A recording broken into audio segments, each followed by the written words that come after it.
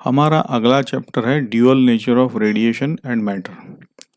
ये आपका quantum mechanics के अंडरस्टैंडिंग के लिए पहला स्टेप है ये चैप्टर। देखिए, अब हमने रेडिएशन जो था उसके बारे में जब हमने लाइट का चैप्टर शुरू किया था तो बहुत अच्छी तरह से डिस्कस किया था। उसका सारांश यहाँ मैं बता देता हूँ कि कोई भी बॉडी है जिसका टेम्परेचर जीरो नहीं है, उसका एक इलेक्ट्रोमैग्नेटिक वेव का स्पेक्ट्रम होता है। ठीक है, तो वही हम रेडिएशन कहते हैं। तो यहाँ पे हम लोग इसको रेडिएशन को ईएम वेव कह देंगे, वेव कंसिडर करेंगे। ठीक। अब देखिए, क्लासिकल फिजिक्स में हमने देखा कि जो वेव्स के बारे में हमारा जो लॉस थे, जैसे वेव की इंटेंसिटी हम निकालते थे, है ना, तो वेव की एनर्जी हम निकालते थे, और जैसे पार्टिकल की एनर्जी, पार्टिकल का पोटेंशियल एनर्जी, काइनेटिक एनर्जी निकालते थे, तो दोनों अलग थे। पार्टिकल का कोलिजन हम कराते थे। तो वेव में भी हमने वेव ऑप्टिक्स में देखा कि दो वेव अगर कोलाइड करते हैं तो अलग लॉज है। तो ये तो जाहिर सी बात है कि क्लासिकल फिजिक्स कहता है कि वेव वेव है और पार्टिकल पार्टिकल है, और उनके जो इक्वेशन है अलग अलग, वो उस हिसाब से लगते हैं। अब क्वांटम मैकेनिक्स यहाँ पे डिफर करता है थोड़ा, तो वही हम लोग देखेंगे कि कैसे डिफर करता है। तो शुरू यहाँ से होता है कि प्लैंक 1900 में लाइट और मैटर का इंटरेक्शन इन्वेस्टिगेट कर रहे थे, है ना। जैसे क्या इन्वेस्टिगेशन का क्रक्स था कि देखो, मैटर के पास टेम्परेचर है और लाइट के पास एनर्जी है, तो क्या ये एनर्जी, लाइट की energy is equivalent to the temperature of the matter? Is it not possible that they are linked? तो यही इन्वेस्टिगेशन चल रहा था। अब होता यह है कि अब उस वक्त तो एटम क्या था पता नहीं था, तो एंड देन ही सेड कि that means there is existence of atom, that was he believed from his mathematical tools. अब उसका तो हम यहाँ चर्चा नहीं करेंगे, बट जब प्लैंक ने इस टूल का इस्तेमाल किया तो ही वो ये लाइट मैटर इंटरेक्शन जो प्रॉब्लम था वो सॉल्व कर पाए। मतलब कि जो इलेक्ट्रोमैग्नेटिक वेव का स्पेक्ट्रम था वो मैच कर पाए। ठीक है, बट उनको ये नहीं पता चला कि ये एच जो है वो उसका क्या मीनिंग है फिजिकल। तो ये आइंस्टाइन ने 1905 में ये जो एच है उसके फिजिकल मायने समझाए। तो ये मायना ये था कि भाई, जो आप जिसको वेव कंसिडर करते हो, लाइट का वेव, वो wave is made up of particles, है ना। और यही पार्टिकल को हम फोटोन कहते हैं, कि ये वेव जो है वो पार्टिकल से बना हुआ है। अब ये वेव भी है, ये पार्टिकल भी है, तो ये पार्टिकल जो है उनकी एनर्जी क्या होगी। तो यहाँ पे ये कनेक्शन है, देखिए ये कनेक्शन यहाँ पे हम लोग यहाँ दिखा सकते हैं कि ये जो इनका पार्टिकल था और ये जो इनका मैथमेटिकल एडजस्टमेंट था वो किसके बारे में था? तो वो था आपका ये एनर्जी, लाइट का जो एनर्जी है उसके बारे में। तो हम ये लिख सकते हैं कि टोटल एनर्जी जो था,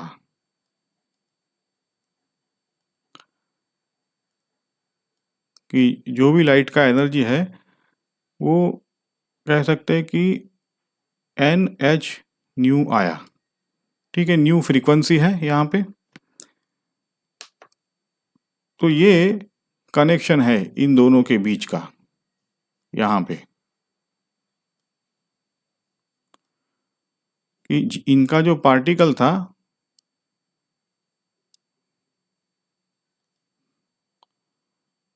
वही इनका मैथमेटिकल एडजस्टमेंट था।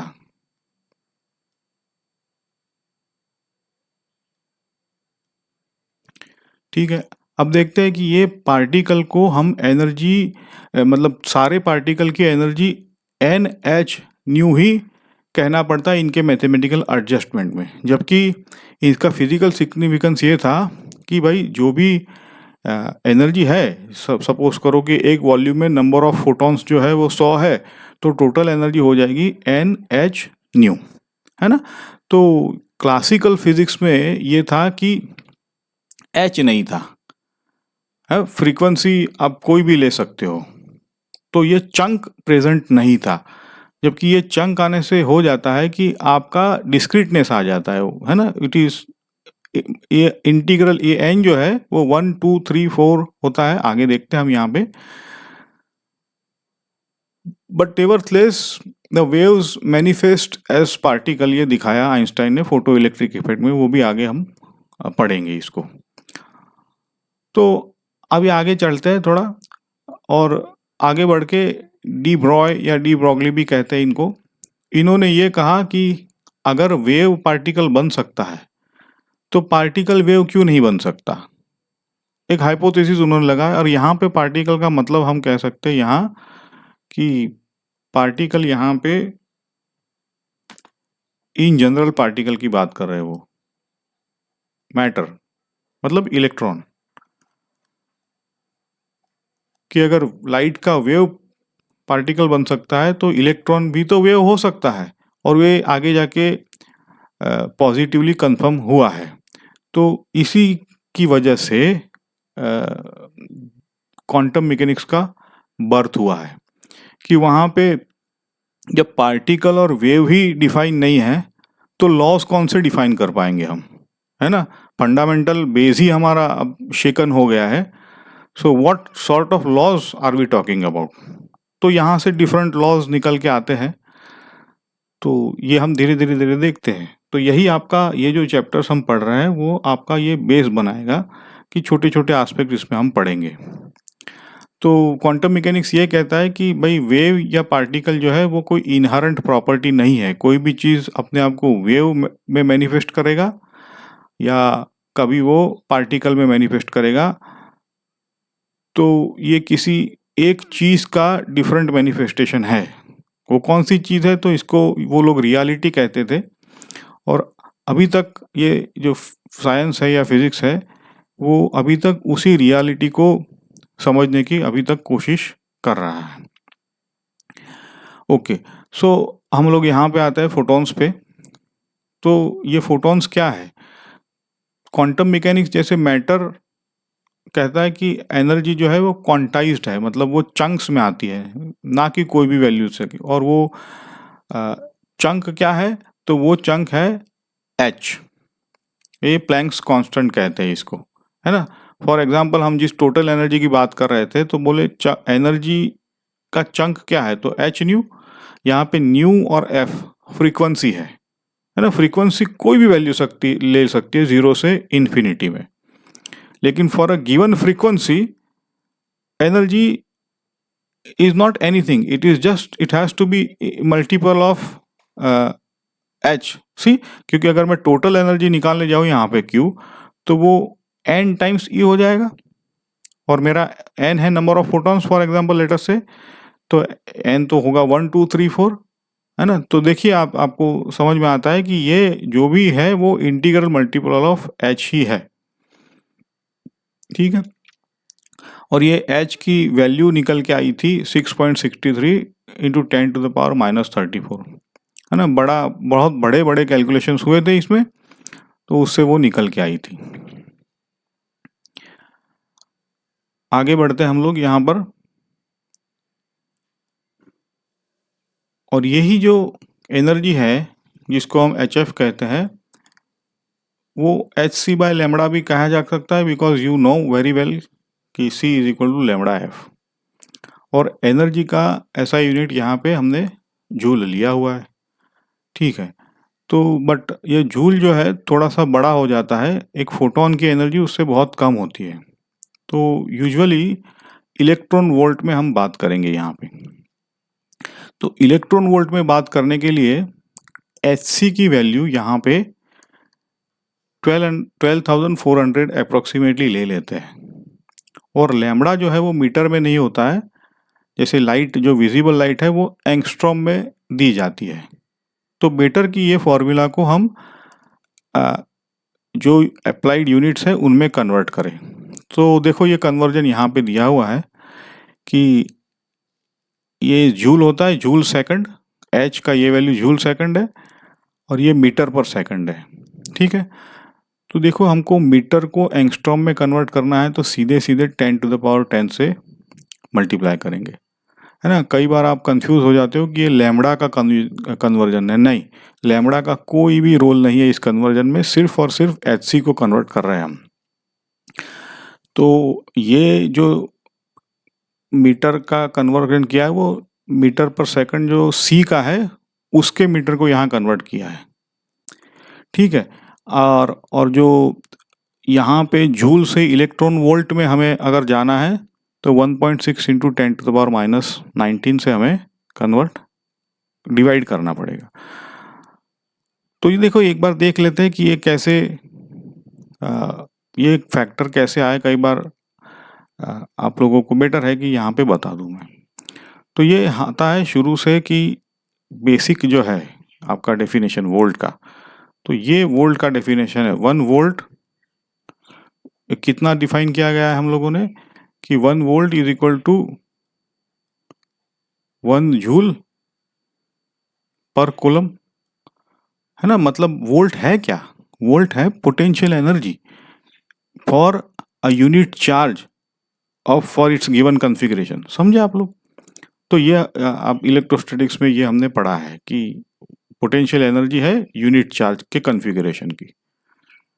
ओके, तो अब यहाँ पे मुझे इलेक्ट्रॉन वोल्ट चाहिए, तो सीधा हम यहाँ पे इस वोल्ट को इलेक्ट्रॉन ई से मल्टीप्लाई करेंगे, है ना। तो यहाँ राइट हैंड साइड में भी मल्टीप्लाई करना पड़ेगा। तो इलेक्ट्रॉन का चार्ज क्या होता है यहाँ पे 1.6 टू 10⁻⁻19 कूलम, है ना। तो देखो यहाँ पे therefore we can say that, अब आपको क्लियर हो जाएगा कि 1 joule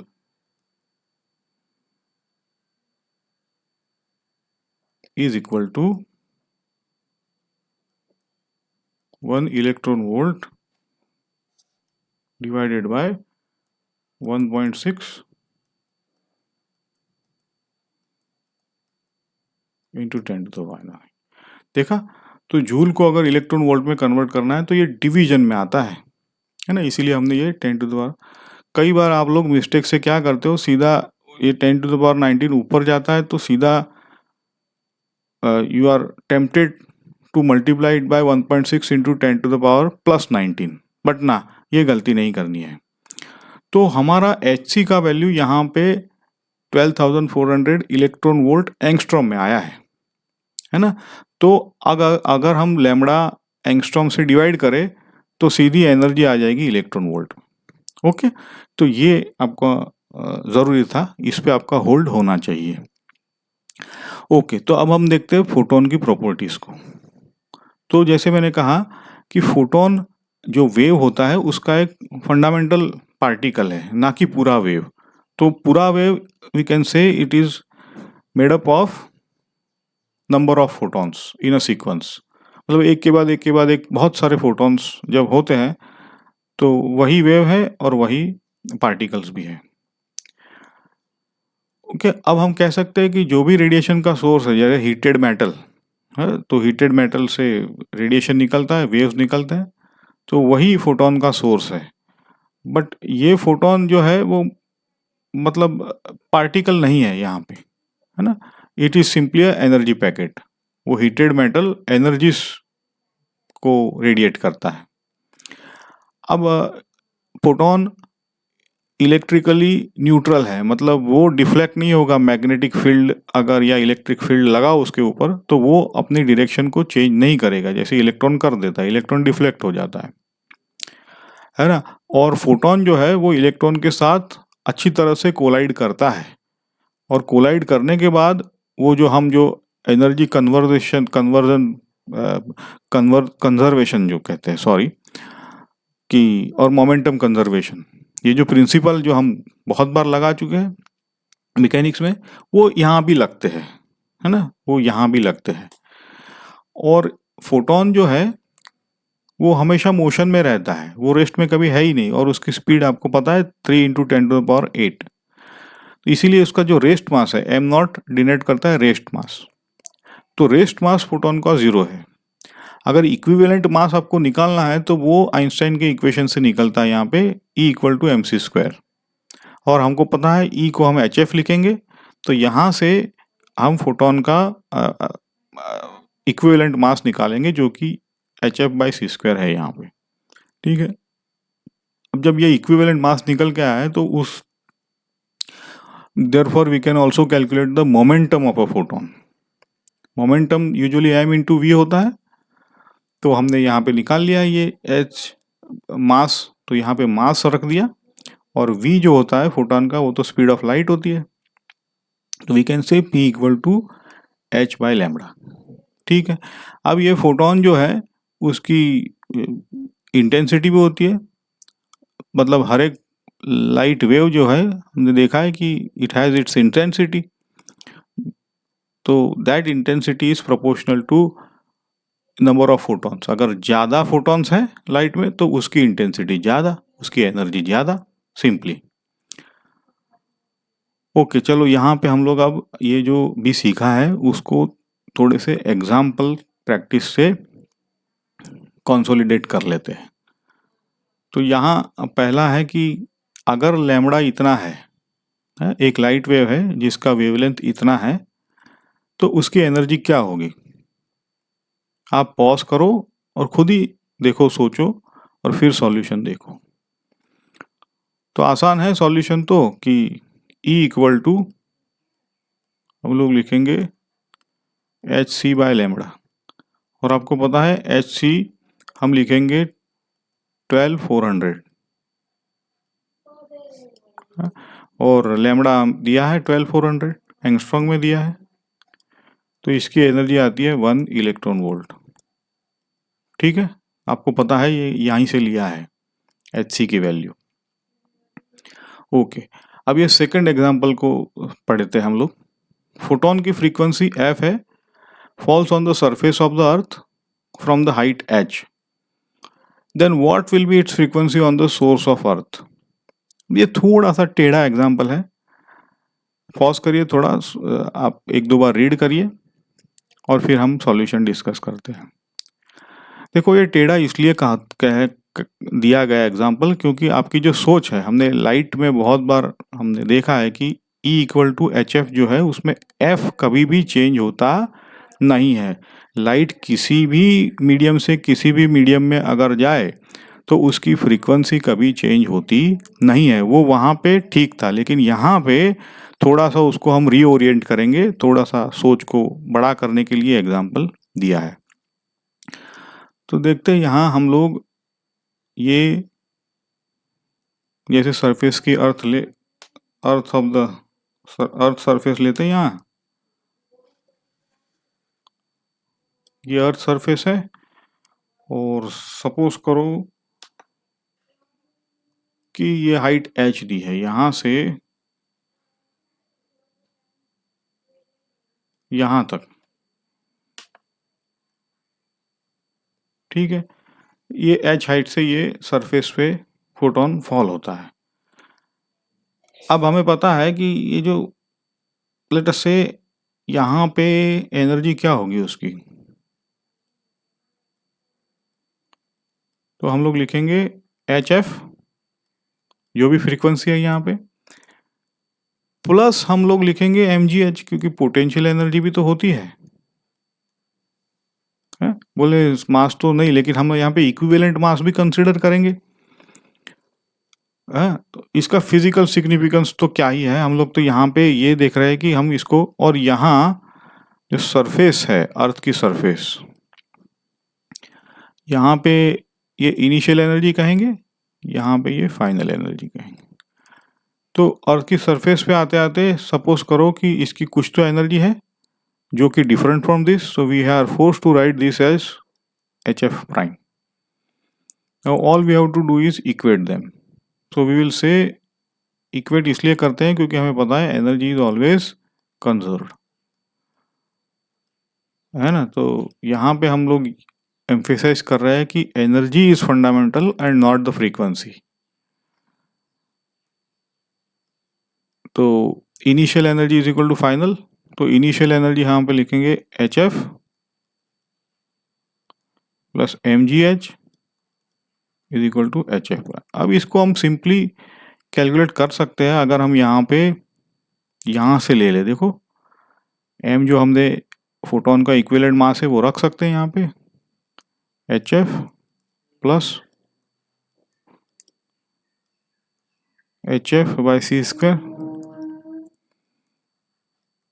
gh is equal to hf prime. तो यहाँ से ये h को अगर कॉमन निकाल ले